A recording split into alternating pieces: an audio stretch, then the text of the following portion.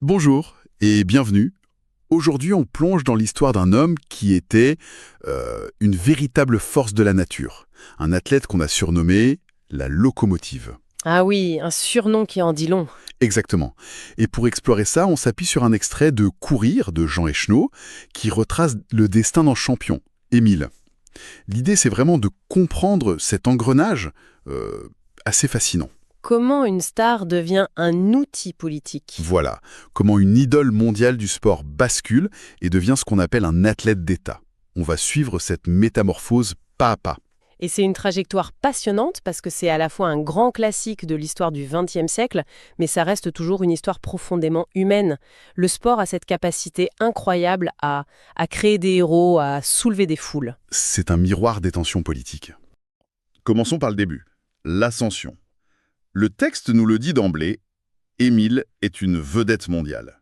Le mot est fort. Oui, on ne parle pas juste d'un bon athlète, on parle d'une célébrité. Et pour qu'on sente bien l'ampleur du phénomène, on a cette liste de victoires. Oslo, Berlin, un cross à Hanovre. Et il pulvérise tous les records chez lui en plus. Il est partout.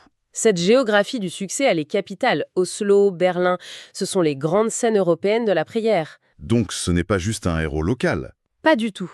Sa légitimité, elle est internationale. Chaque victoire à l'étranger renforce son statut et, sans qu'il s'en rende compte, ça augmente sa valeur sur un autre marché que le marché sportif. Le marché symbolique. Exactement. Et on voit très bien la machine médiatique qui s'emballe en parallèle.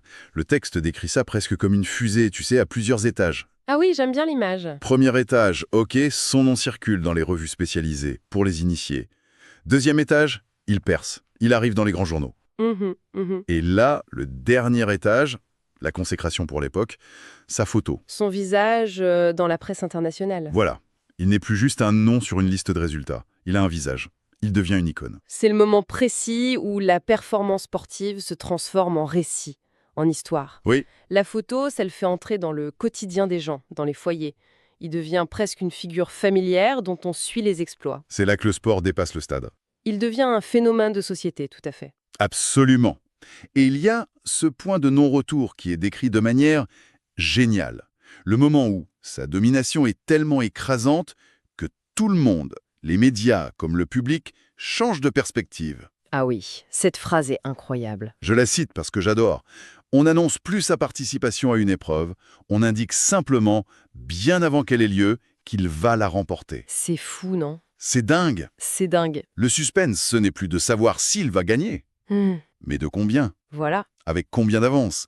Il est devenu, et le mot est lâché, inévitable. Ce mot inévitable, il est vertigineux. Ça le sort de la compétition humaine, en fait. Oui, c'est vrai. Ses adversaires ne sont plus des rivaux, mais des faire-valoir. Il est passé dans une autre dimension. Il n'est plus un athlète qui participe, il est la course. Hmm. Et cette aura d'invincibilité, ça le transforme en une sorte de force de la nature. Et une force pareille, ça fascine les foules, mais ça devient aussi un objet de convoitise pour le pouvoir. Ce qui nous amène, logiquement, à la création d'un véritable culte. Le texte utilise le mot fanatisme, ça peut paraître trop fort, mais... Mais quand on lit la suite, on se rend compte que ce n'est pas une exagération, non. L'image est folle, hein. Il reçoit des centaines de lettres par sacs postaux entiers. il faut visualiser la scène. Oui, c'est ça. Ce ne sont pas quelques lettres, ce sont des sacs de la poste. C'est un volume industriel d'adulation. La logistique de la gloire, quoi. J'ai du mal à imaginer l'échelle. Recevoir ça jour après jour, ça doit forcément vous changer. Ah, bien sûr. Ce n'est plus de la popularité, c'est quasi religieux. Et le contenu de ces lettres. Alors ça, c'est intéressant aussi. Il y a le classique, autographe, photo, conseil. Mais il y a aussi des propositions de mariage. Ça dépasse complètement le cadre sportif. Carrément. Il n'est plus seulement un champion qu'on admire, il est un idéal, un modèle, un fantasme. C'est un phénomène de projection collective. À travers lui, les gens ne voient pas seulement un coureur. Ils voient la discipline, la volonté, le succès. Une forme de pureté dans l'effort, peut-être? C'est ça. Quand ils lui demandent des conseils, ils ne veulent pas juste savoir comment courir plus vite. Ils veulent la recette du succès, la formule pour devenir comme lui, inévitable dans leur propre vie. Il incarne cette promesse que la volonté peut tout vaincre. Tout à fait. Et c'est là que son surnom, la locomotive, prend une dimension incroyable. Au début, on se dit, bon, c'est une image pour dire qu'il est puissant, régulier, Oui, l'évidence. Mais en y réfléchissant, une locomotive, c'est une machine. C'est puissant, oui, mais c'est aussi mécanique, ça suit des rails. Il y a un côté presque déshumanisé, non? C'est exactement ça. Et cette déshumanisation est la clé. Une machine n'a pas de volonté propre. Elle sert une fonction. Elle accomplit une tâche. Voilà. Elle est prévisible dans sa puissance. En le surnommant ainsi, on célèbre sa force, mais en même temps, on lui retire inconsciemment une part de son libre arbitre. Il n'est pas juste rapide, il est une force en marche. Il n'est pas juste endurant, il est un moteur inépuisable. Et un moteur, ça ne se contente pas d'avancer tout seul. Non. Un moteur, c'est fait pour tirer quelque chose. Pour tirer des wagons. Exactement. Et un moteur, on peut l'atteler à n'importe quel convoi, y compris le train d'une idéologie. Ce surnom qui semble être le sommet de la gloire, c'est en réalité une préfiguration de la façon dont cette force brute va être captée. Utilisé. La question, c'est de savoir quel train va se présenter en gare. Mhm. Et justement, le texte nous dit qu'un train très particulier entre en gare. Il y a une mention, presque discrète mais capitale. Le coup de Prague. La note de bas de page nous le rappelle. Oui, on est en 1948 et la Tchécoslovaquie bascule, un gouvernement communiste prend le pouvoir. Et là, d'un coup, le décor change du tout au tout. Le terrain de jeu est complètement redéfini. On passe d'une démocratie d'après-guerre à un régime du bloc de l'Est. Et ce nouveau régime a des idées très précises sur le rôle du sport. Ah oui, le sport, ce n'est pas un divertissement. C'est une vitrine, c'est un outil politique de premier ordre pour prouver au monde la supériorité de son système. Alors la grande question, c'est... qu'est-ce qu'on fait d'un trésor national comme Émile? Un type au sommet de sa popularité, une icône intouchable, Est-ce qu'on le craint? On le met de côté? Ou est-ce qu'on se l'approprie? la réponse ne se fait pas attendre. Le texte nous dit que le pouvoir voit très vite en lui un splendide outil de propagande. Le choix du mot « outil ». Il est d'une clarté glaçante. Émile, l'homme, l'athlète, cesse d'être une fin en soi. Il devient un moyen, un instrument. C'est la naissance de ce que le texte appelle l'athlète d'État. Et ce n'est pas juste un titre honorifique. Pas du tout, c'est une redéfinition complète de son identité publique.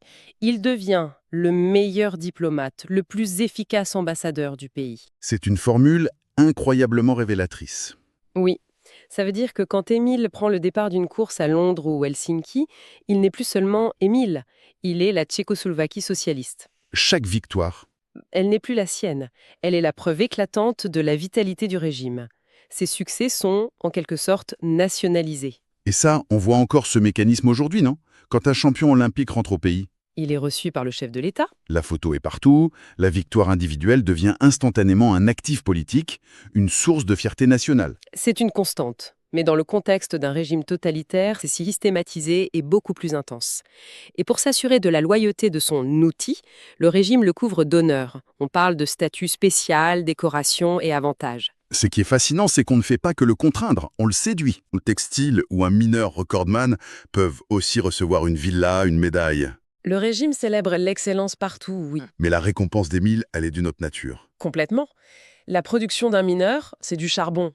C'est vital, mais ça reste matériel. La production d'Émile, c'est du symbole.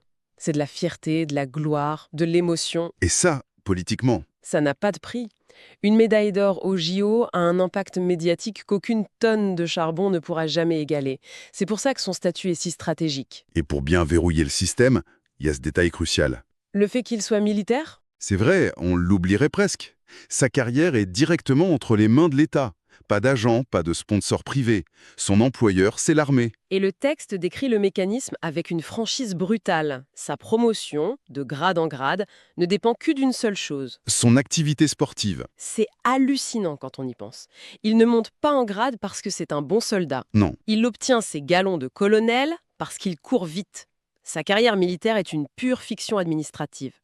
Une coquille vide qui lui garantit un salaire, un statut. Pour qu'il puisse se consacrer à 100% à son rôle d'ambassadeur. Voilà. En gros, on le paye comme un officier supérieur pour qu'il soit le meilleur coureur du monde. C'est un arrangement assez confortable finalement. Très confortable. Et c'est là que le texte nous livre sa dernière phrase, la plus troublante. Celle qui fait tout basculer. Après avoir décrit tout cet engrenage, l'auteur ajoute, presque en passant, on le garde dans l'armée, d'autant que ça lui plaît. Ça lui plaît. Deux mots qui changent tout. Ouais, D'un coup, l'image de la victime passive, du pur athlète manipulé par un système cynique, elle se fissure. il n'est pas seulement un pion. Il trouve son compte dans cette histoire. Il est peut-être consentant. Hmm. C'est toute la complexité de la situation. Est-ce qu'il y trouve son compte par confort, par naïveté politique, par conviction idéologique? Ou simplement par amour de la course, et c'est le seul moyen pour lui de continuer à ce niveau. Le texte ne tranche pas, mais il nous force à nous poser la question.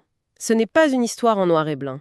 C'est une zone grise où le consentement et la contrainte s'entremêlent. Si on fait le bilan de ce parcours, c'est vertigineux. On part d'un champion pur, la locomotive, Célébré pour sa puissance individuelle. et à travers le prisme d'un bouleversement politique, on arrive à un athlète d'État, un symbole dont les jambes courent pour une idéologie. Sa gloire n'est plus vraiment la sienne. Elle est devenue du carburant pour la machine de la propagande. C'est une illustration parfaite de ce processus de capture. L'excellence individuelle, surtout quand elle est aussi visible que dans le sport, est une énergie trop puissante pour que le politique n'essaye pas de la canaliser. La frontière devient... Totalement poreuse. À la fin, on ne sait plus très bien où commence la gloire du champion et où s'arrête la propagande du régime. On a donc assisté à une sorte de fusion entre l'homme et le symbole. Une fusion qui a été... Orchestrée par le pouvoir. Exactement. Et ce texte nous laisse sur cette question lancinante qui naît de cette petite phrase « d'autant que ça lui plaît ». C'est une question qui dépasse largement le cas d'Émile, d'ailleurs. Ah oui, Jusqu'à quel point la gloire, le confort, les privilèges peuvent-ils acheter le consentement d'un individu face à un système qui l'utilise? C'est l'éternelle question du pacte faustien. À quel moment un champion ou un artiste cesse de courir pour lui-même Pour se mettre au service d'une cause qui le dépasse, qui le définit, et qui, peut-être, finit par l'enfermer dans une cage, même si elle est dorée.